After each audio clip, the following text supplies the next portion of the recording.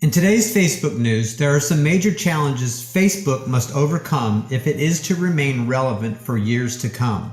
Will it? It's anyone's guess if the social media giant will be here in 10 years or more, or end up like MySpace and Friendster, basically worthless or shut down.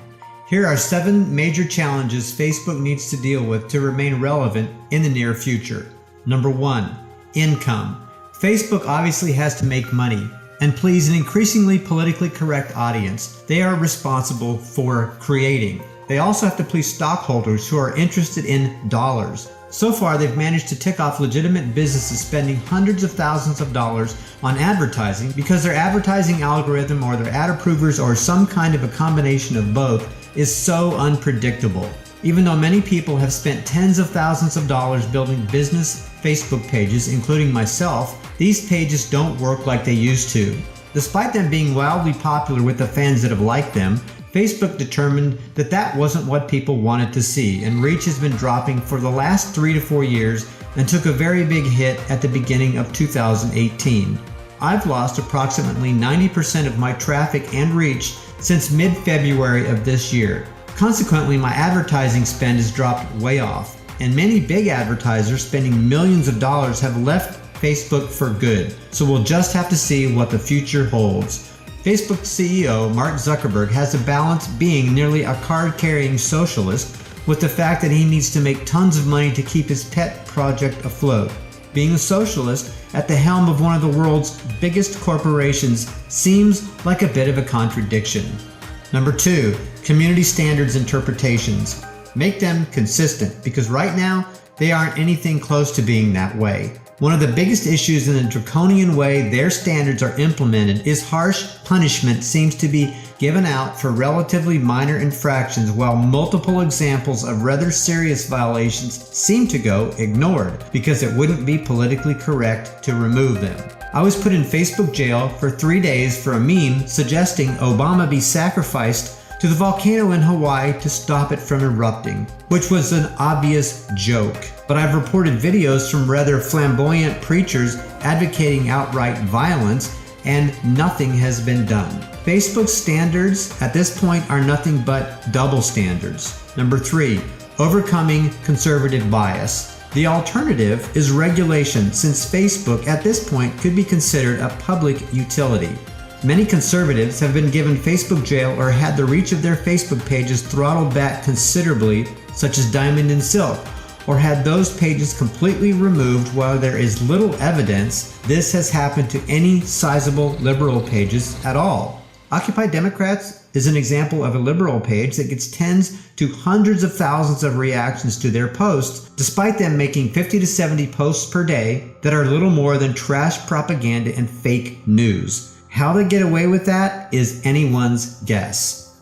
Number 4, consistent copyright standards. All those who make copyright decisions for Facebook need to be on the same page. I've gone round and round with Facebook's copyright department, and it's like a 3-ring circus. I've had the very same videos stolen from one of my Facebook pages and put up by 2 other Facebook pages, and when reported, one gets taken down and the other, I'm told by support, is not a violation.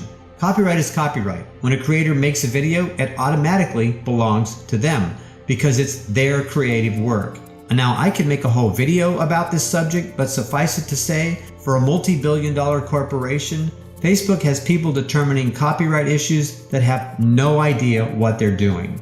Number 5, YouTube video theft. This is called freebooting, and it has cost YouTube creators millions to billions in lost ad revenue. Facebook basically built their video platform by letting people steal videos from YouTube and upload them to Facebook. On an average, anytime a video gets 1 million views on YouTube, it earns about $2,000. So when a viral video gets ripped off from YouTube and gets 60 million views on Facebook, that is a serious problem.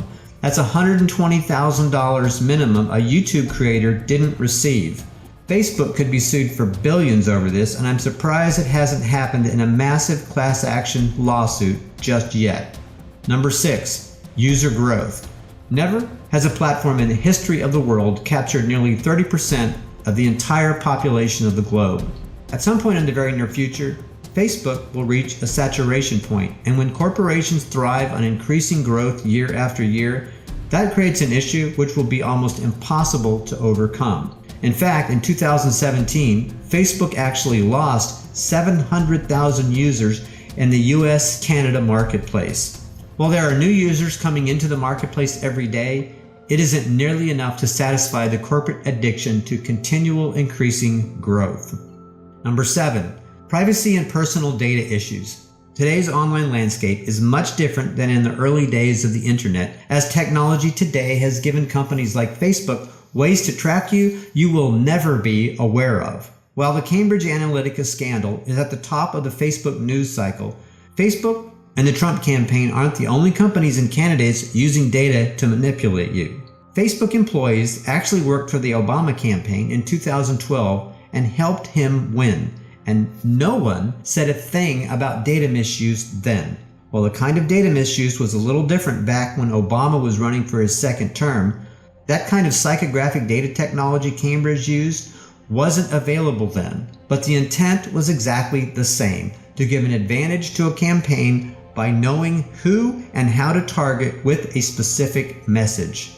And the sheer fact that governments around the world collect the same kind of data and more via the NSA and other security agencies and have access to Facebook data almost anytime they want makes it a little hypocritical for governments to then regulate its use. However, if enough people feel threatened by these kinds of privacy issues, they will just leave Facebook altogether. Now, these are not easily solvable challenges for Facebook to overcome, and how they handle them going forward may mean life or death for this behemoth of a company. As we learned from MySpace and Friendster, and Mr. Zuckerberg may have not come to terms with this yet, but he and his platform can crash at any moment if he ticks off enough people, and Facebook could see a mass exodus of users. And then the Facebook party is over, and Mr. Zuckerberg gets to retire in Hawaii or something.